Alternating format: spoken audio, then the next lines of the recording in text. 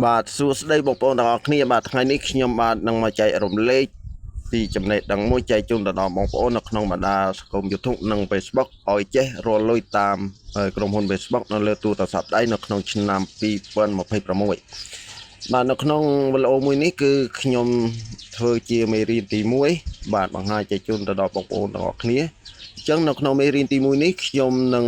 ឲ្យបងប្អូនទាំងអស់គ្នាចេះចូលទៅឆែកមើលអំពីច្បាប់គោលការណ៍របស់ក្រុមហ៊ុន Facebook ជាមុនសិនបងប្អូនណាអញ្ចឹងបងប្អូនទាំងអស់គ្នាចេះចូលទៅក្នុង account Facebook របស់បងប្អូនមកខ្ញុំនឹងប្រាប់ថាបងប្អូនចូលទៅឆែកមើលពីច្បាប់គោលការណ៍របស់ក្រុមហ៊ុន Facebook ហ្នឹងបងប្អូនឆែកល្មិចហ្នឹងហើយបន្តមកទៀតបងប្អូនទាំងអស់គ្នាបងប្អូនមកចុចចំពីលើរូប profile account Facebook របស់បងប្អូនមកគឺនៅត្រង់កន្លែងនេះបងប្អូនចុចចំពីលើមក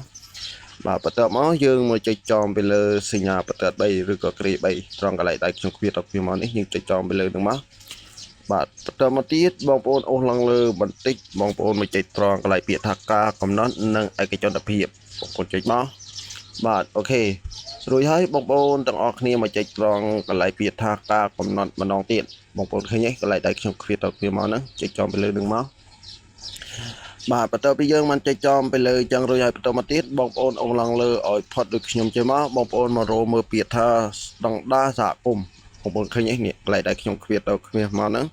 បងប្អូនចុចចំទៅលើពាក្យថាស្តង់ដារសហគមន៍មកបាទបន្ទាប់មកបងប្អូននឹងរត់ចូលមកក្នុងទម្រង់បែបនេះ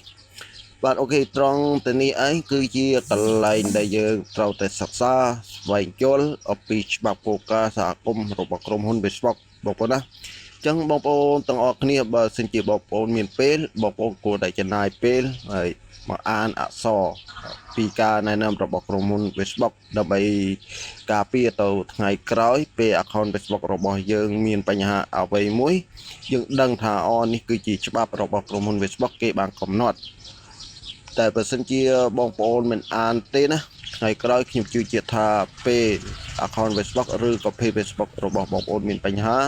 បងប្អូននឹងចាប់កំហុសទាំងអស់ហ្នឹងដាក់ទៅលើ Facebook ហើយបងប្អូនណាហ្នឹងហើយអញ្ចឹងបងប្អូនអានហើយបងប្អូនស្វែងយល់ថាច្បាប់ក្រុមហ៊ុន Facebook ចេះច្បាប់ក្រុមហ៊ុន Facebook ចោះតើអញ្ចឹងបានជាយើងផុសទៅចេះតែខុសនេះខុសនោះបងប្អូនណាហ្នឹងហើយបងប្អូនអាននេះសតតែជាច្បាប់គោលការណ៍របស់ក្រុមហ៊ុន Facebook ដែលគាត់ណែនាំឲ្យយើងធ្វើតាមណាបាទហើយគ្រូខ្លះគាត់បរៀនបងប្អូនគាត់អត់បានណែនាំឲ្យបងប្អូនចេះអំពីច្បាប់គោលការណ៍របស់ក្រុមហ៊ុន Facebook ទេបងប្អូនណាហ្នឹងហើយគឺគាត់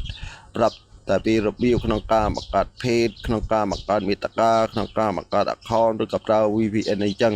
តែគាត់អត់បានបញ្យល់ទាក់ទងទៅនឹងច្បាប់ក្រុមហ៊ុន Facebook ហ្នឹងគេតម្រូវអ្វីខ្លះមុននឹងយើងដាក់ចិត្តដាក់កំណត់រលុយជាមួយគាត់គឺអត់មានទេអញ្ចឹងខ្ញុំបង្ហាញប្រាប់បងប្អូនតែប៉ុណ្្នឹងខ្ញុំអត់បានអានទេព្រោះវែងពេកកាលណាខ្ញុំអានធ្វើឲ្យវីដេអូរបស់ខ្ញុំពិបាកផុសបងប្អូនមានពេលអានខ្ញុំឲ្យទឹកចិត្តបងប្អូនអានហើយស្វែងយល់ពីចំណុចមួយទៅចំណុចមួយម្ដងមួយជំហានម្ដងមួយជំហានបងប្អូនណាបាទអញ្ចឹងខ្ញុំបញ្ចប់តែប៉ុណ្្នឹងចុះបាទហើយមុននឹងបញ្ចប់ខ្ញុំបាទសូមធ្វើការអធិស្ឋានខន្តីទៅដល់បងប្អូនទាំងអស់គ្នាផងហើយលោកខ្ញុំនិយាយទៅខុសឆ្គងនៅពាក្យពេចន៍សម្ដីកាយវិការត្រង់តណាតន័យអីសូមអធិស្ឋានផងបងប្អូនណាខ្ញុំបាទសូមអរគុណនិងសូមជម្រាបលា